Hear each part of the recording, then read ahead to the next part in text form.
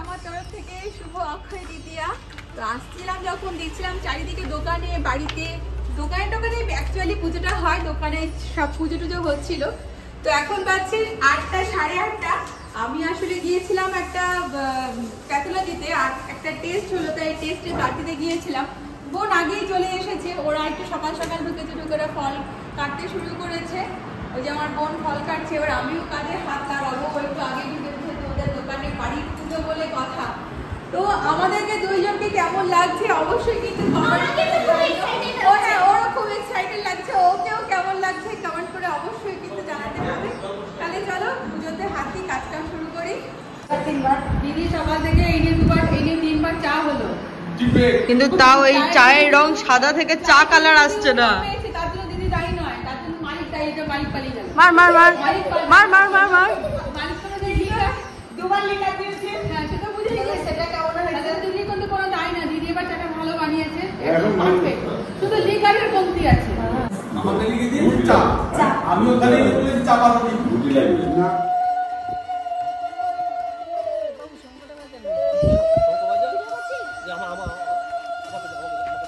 নে নে নে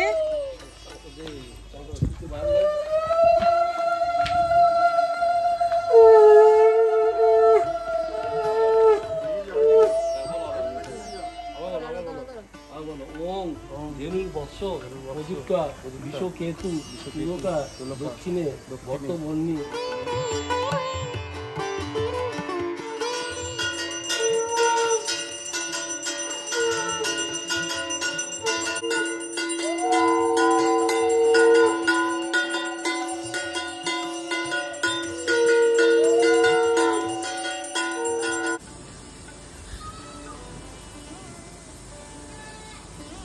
ওইদিকের ল্যাচটা একটু ঠিক করে দিয়ে দাও, ওইদিকের ল্যাচটা না না নিচেরটা এই কর্নারটা। হ্যাঁ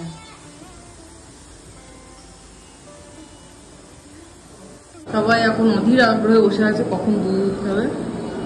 এই যে অনুষ্কা শর্মা বসেছে এগো বোঝে করছি। 2 3 4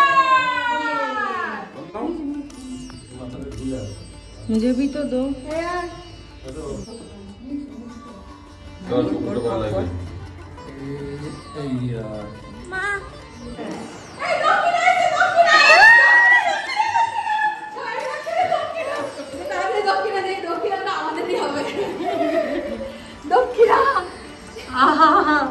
দক্ষিণা তুমি এসো আমাদের কাছে,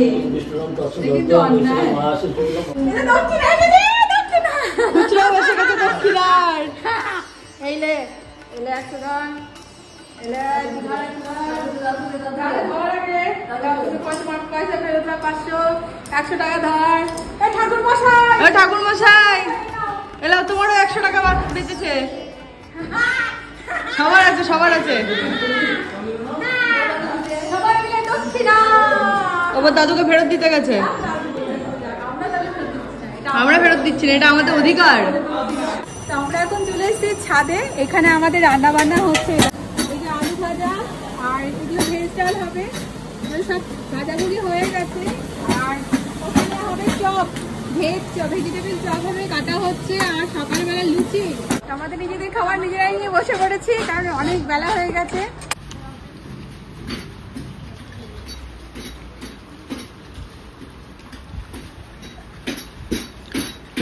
বাজে প্রায় 3:30। আগে কিন্তু আমরা খাইনি, চিন্তা নেই, পরের বারে আগে খেয়ে নিলে চলবে না, তাই ধীরে সুস্থে খাবার কাজে। তাই চলো আগে রান্নাটা হয়ে গেছে যে সেটা তো দেখে আসি। মাসিদের কমপ্লিট, মাসি কমপ্লিট, রান্না বান্না পুরো কমপ্লিট, টেবিলে সেজে গেছে। চপ নিয়ে এসছি 1 রাউন্ড, চপ খেয়ে নিয়েছি। এটা আলু ভাজা, খাবার নিয়ে বসে পড়েছি।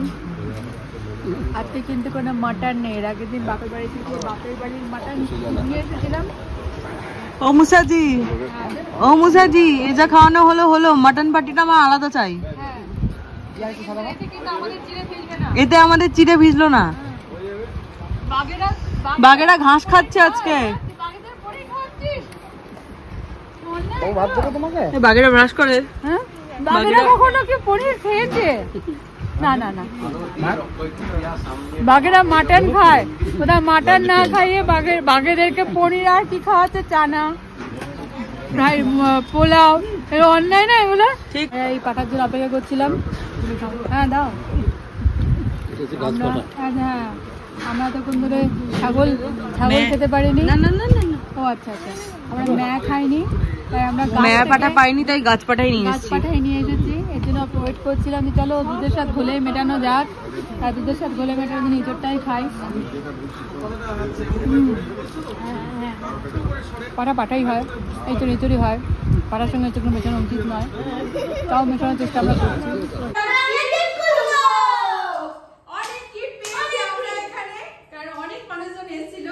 তো এখন আমাদের গিফট খোলা চলবে।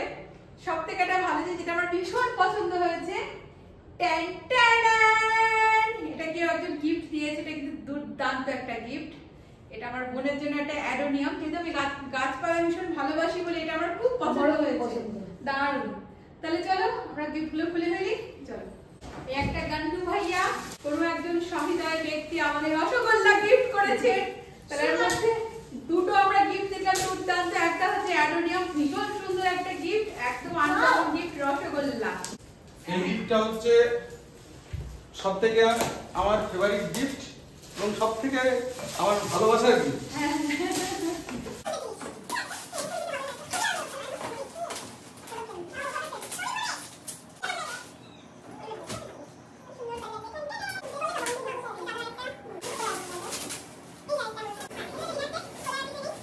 তো সব গিফট খুলে ফেলেছি, আজকে দিনটা দুর্দান্ত আনন্দে কাটালাম। তো খুবই আনন্দ হয়েছে। হ্যাঁ অবশ্যই, যদি ভিডিওটি ভালো লেগে থাকে লাইক কমেন্ট শেয়ার করতে কিন্তু ভুলে যেও না, আর সাবস্ক্রাইব কিন্তু অবশ্যই করে দিও। তো আজকের মতো আমি এখানেই শেষ করবো।